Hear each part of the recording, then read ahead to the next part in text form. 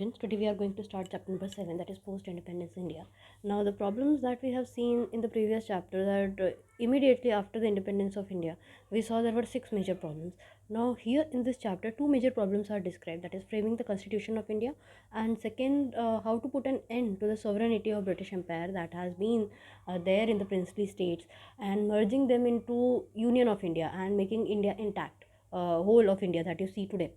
So at that time, after the independence, there were 562 princely states, which constituted about 48% of the total area of India and 20% of the population. Now, it was a very major task to combine them all and make Union of India. The first king, that is Maharaja of Bhavnagar, he started to make a responsible government, and united Saurashtra state was established, which was created due to the efforts of Sardar Vallabhbhai Patel. So united Saurashtra state was established. After that, Sardar Vallabhbhai Patel appealed to all the kings and the Nawabs that please give away your, please voluntarily start contributing towards making India strong, and that's how it all started. At the end, when we see, he had the Secretary of Home Department, that is Mr. V.P. Menon. He prepared the draft of attachment bond, means the related state or the related Raj Nawabs were willing to give their states to Union of India, that is attachment bond. My state will be now attached from now on to the Union of India. So 559 princely states accepted this instrument of accession. The above accession is known as the state attachment bond is known as instrument of accession, and they joined the Union of India. अब कैसे हुआ ये, वो हम आगे पढ़ रहे हैं, जैसे कि मर्जर ऑफ हैदराबाद, जूनागढ़ और Kashmir.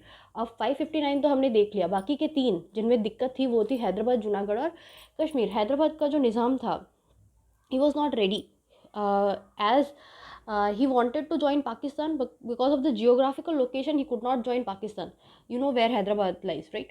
And because of the ideological difference he did not want to join India as well.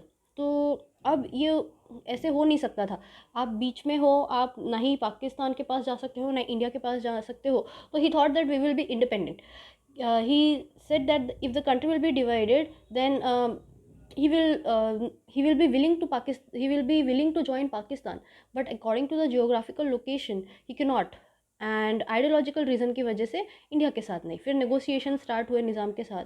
Sardar Patel ब्रंटली stated कि जो नेगोशिएटर है, नेगोशिएटर से सरदार वल्लभ भाई पटेल ने कहा कि हैदराबाद के जो लोग हैं वो निज़ाम का रूल नहीं चाहते हैं, वो इंडिया के साथ मिलना चाहते हैं. तो इस वजह से क्या हुआ, निज़ाम के ऑफिसर्स लोगों के ऊपर अत्याचार करने लगे, और जब ये एट्रोसिटीज़ होने लगी लोगों के ऊपर, तो लोगों ने पुलिस यूनियन ऑफ इंडिया ने फिर क्या किया, पुलिस फोर्स यूज़ की 18 सितंबर 1948 को. सरदार पटेल ने अश्योर किया निज़ाम को कि आपके सारे इंटरेस्ट प्रोटेक्ट किए जाएंगे. कन्हैयालाल मुंशी ने एक बहुत क्रूशियल रोल प्ले किया इस पूरे एपिसोड में, और ये हैदराबाद का जो स्टेट है उसे मर्ज कर दिया गया, और फिर आंध्र प्रदेश में उसे इंक्लूड किया गया. अब सेकेंडली जूनागढ़ की बात करें कि इंडिपेंडेंस के बाद नवाब ऑफ जूनागढ़ ने एक लेटर लिखा था, इंस्ट्रूमेंट ऑफ एक्सेशन जिसे कहा गया, पाकिस्तान को ज्वाइन करने के लिए. पाकिस्तान ने भी हामी भर दी कि ठीक है आप ज्वाइन हो जाओ. सरदार पटेल ने डिसाइड किया कि मैं इसके खिलाफ काउंटर मेजर्स लूँगा. We can not let this happen, because people of Junagadh जो मुंबई में रहते थे, उन अर्जी हुकूमत उन्होंने इस्टेब्लिश किया, वो नहीं चाहते थे कि जूनागढ़ जो है वो पाकिस्तान के साथ जाए. उस टाइम पे शेख जो है मंगरोल के मांदवार, उन्होंने ये इच्छा जताई कि हमें यूनियन ऑफ इंडिया में शामिल होना है, और वो नहीं चाहते थे कि वो पाकिस्तान के साथ जाए. तो नवाब ऑफ जूनागढ़ जब इंडियन सोल्जर्स और इंडियन नेवी ने जब मांदवार मांगरोल को भी सीज कर लिया, कंट्रोल कर लिया, अपने कब्ज़े में ले लिया, तो उसके बाद नवाब ऑफ जूनागढ़ जो है वो भाग गए पाकिस्तान में. और 9 नवंबर 1947 में लोगों से रेफरेंडम लेने के बाद लोगों से पूछा गया कि आप क्या चाहते हो. उसके बाद लोगों ने ये कहा कि हमें इंडिया के साथ रहना है. तो इस तरह से जूनागढ़ भी इंडिया में शामिल हो गया. कश्मीर की अगर बात करें तो ये अभी भी कॉम्प्लिकेटेड है, क्योंकि एक प्रॉपर इंस्ट्रूमेंट ऑफ एक्सेशन जो है वो कभी भी नहीं हो पाया हम कश्मीर और यूनियन ऑफ इंडिया के बीच में। ये कॉम्प्लिकेटेड है क्योंकि राजा हरी सिंह जो कश्मीर के थे वो इनडिसिसिव थे, वो कोई डिसीजन नहीं ले पा रहे थे। पाकिस्तान ने अटैक किया कश्मीर के ऊपर, राजा हरी सिंह ने हमारी मदद मांगी और हमने मदद की। तो गवर्नमेंट ऑफ इंडिया ने इंसिस्ट किया कि आप पहले एक साइन कर दो इंस्ट्रूमेंट ऑफ एक्सेशन पे और उसके बाद हम इंडियन आर्मी आराम से आपके पास भेजते हैं।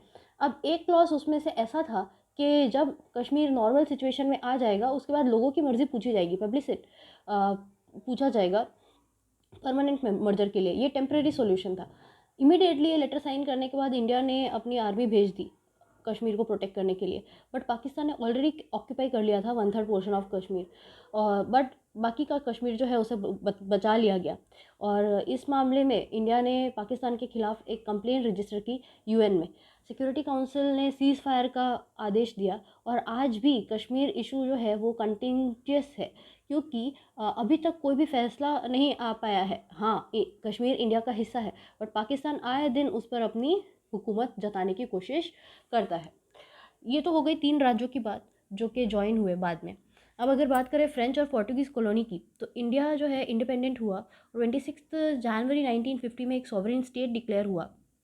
बट कुछ कॉलोनीज़ अभी भी फ्रेंच और पोर्टुगीज़ रूल में थी। ब्रिटिश तो जा चुके थे बट फ्रेंच और पोर्टुगीज़ अभी भी थे।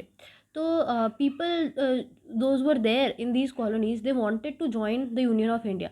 तो उन्होंने इसलिए एक मूवमेंट स्टार्ट किया। फ्रेंच जो पीपल थे उस टाइम पे जो रूल कर रहे थे उन्होंने इन मूवमेंट्स को साइलेंट करने की बहुत कोशिश की। हिंद छोड़ो स्लोगन दिया गया उस टाइम पे। गवर्नमेंट ने नेगोशिएशन स्टार्ट किया पीसफुल सोल्यूशन के लिए।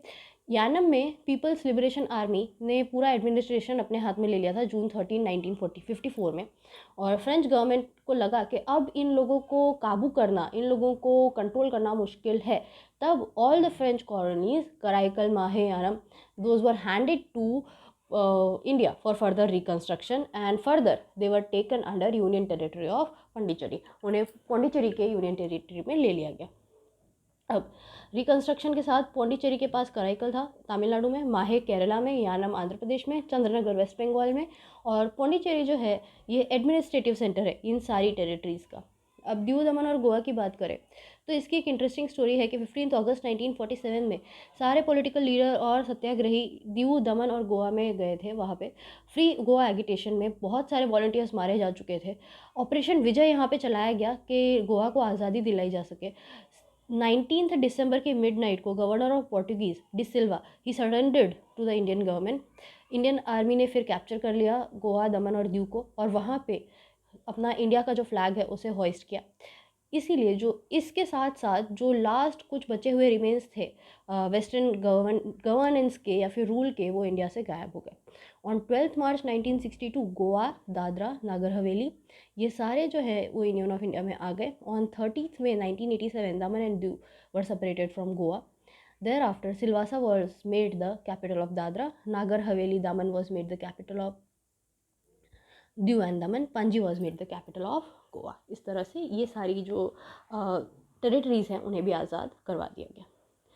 अब ये जो फॉर्मेशन और ऑर्गेनाइजेशन है, रीऑर्गेनाइजेशन है इंडियन स्टेट्स का, अब ये सब मर्जर के बाद अब आप स्टेट्स को ऑर्गेनाइज कैसे करोगे? तो पहले तो क्लासीफाई किया गया ABC के हिसाब से, ABCD ऐसे कि जो जितना बड़ा है उसके हिसाब से आप इन्हें क्लासीफाई कर दो।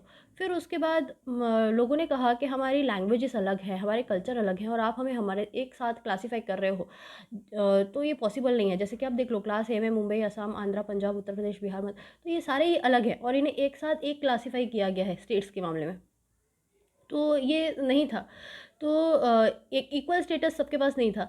बट ये सारे स्टेट जो थे वो इनसेपरेबल पार्ट थे इंडिया के। 1953 में जवाहरलाल नेहरू ने कंसिडर किया कि ये जो रीऑर्गेनाइजेशन ऑफ स्टेट्स है तो उन्हें वापस से कंसिडर करना चाहिए, तो लिंग्विस्टिक बेसिस पे इन्हें कंसिडर करना चाहिए। तो retired chief justice of Supreme Court of India justice Fazal Ali इन्हें चेयरमैन बनाया गया और बाकी के 2 मेंबर थे कमीशन के, हृदयनाथ कुंजरू और KM पानीकर।